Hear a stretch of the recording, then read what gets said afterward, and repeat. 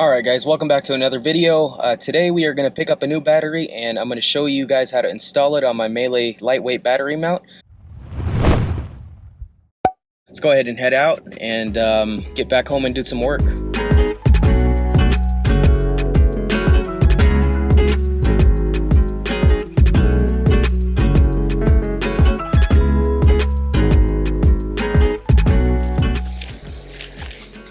Hello, fam. What's up, man? How you doing? Good. I got your battery. Sorry it took so long. Hey, all good.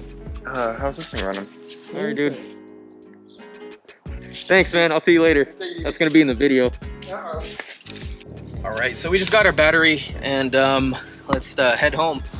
Alright, hopefully you guys can see the engine bay pretty clearly. I will be swapping out this battery for a new one I just picked up. Shout out to Mitch. Thank you again for the new battery. So let me start by saying there's absolutely nothing wrong with this battery. I just wanted to use it for either my fiance's Corolla sitting over here or my beater, my 95 Legacy that's sitting outside. So that's why I have another one. And I can, I'm gonna start the car up just so I can prove it.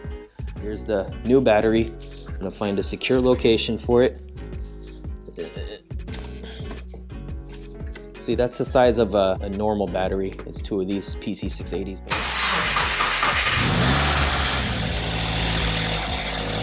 So the battery is fully functional. I started the car as you guys just saw, and with that said, let's go ahead and get started. Okay, so let me start by saying that mine might look a little differently from yours if you have the 2015 plus WRX, just because this was actually, I was the first WRX with this setup right here for the VA chassis. And I think it was a prototype at the time. So, but anyway, if I describe some of the tools needed for this setup, it's because mine is different from yours. So just keep that in mind.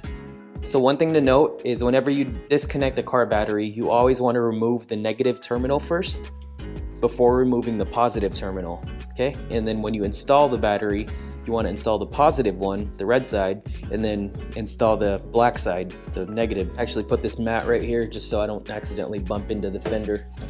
It just keeps it nice and protected. So mine is, my two bolts here are 14 mil. Again, yours could be different. I'm just not sure what's included in the kit nowadays. I'm assuming it should be the same. I'm gonna go ahead and remove the negative side.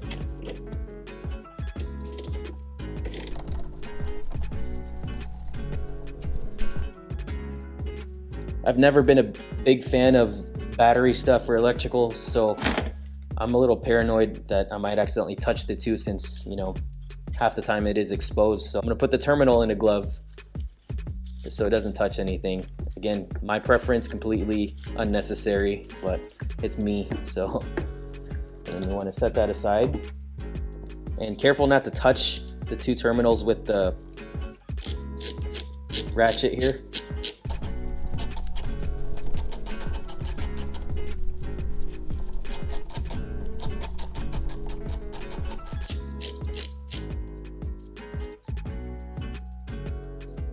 Okay, want to set that aside as well.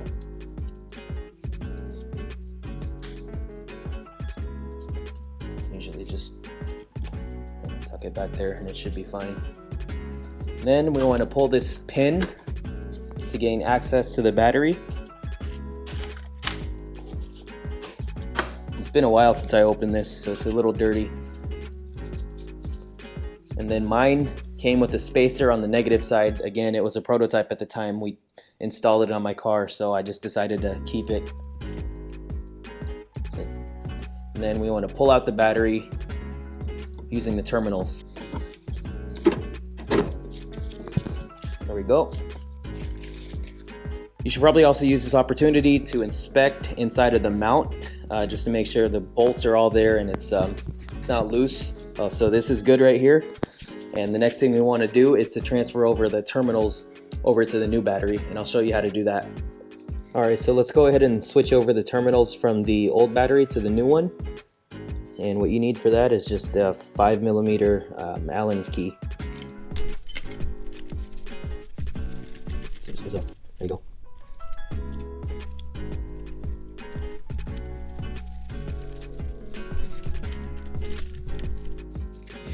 You want to make sure it's tight. Don't over tighten it, but just so it doesn't wobble. Take it from the negative side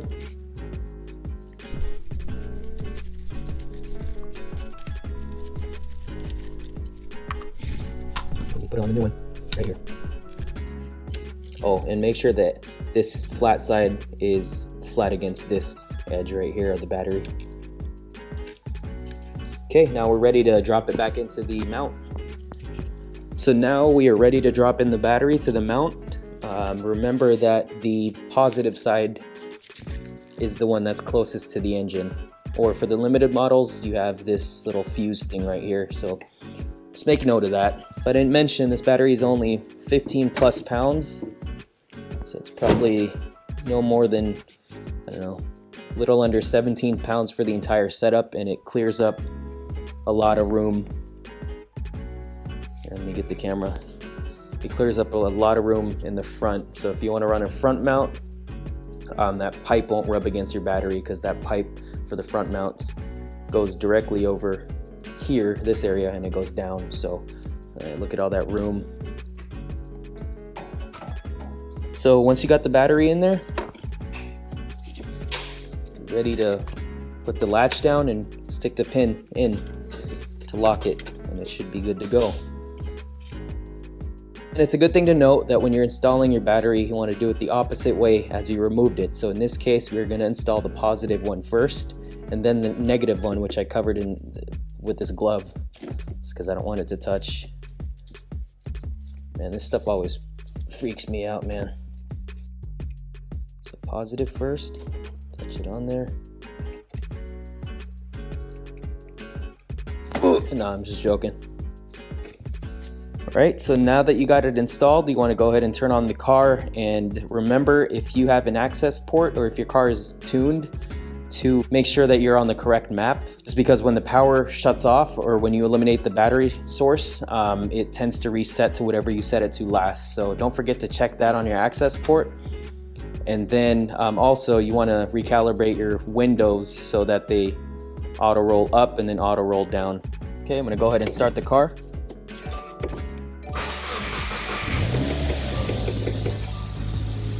If you guys see this, my window doesn't auto roll down. So what you want to do for that is you simply hold it up until you hear a ticking sound.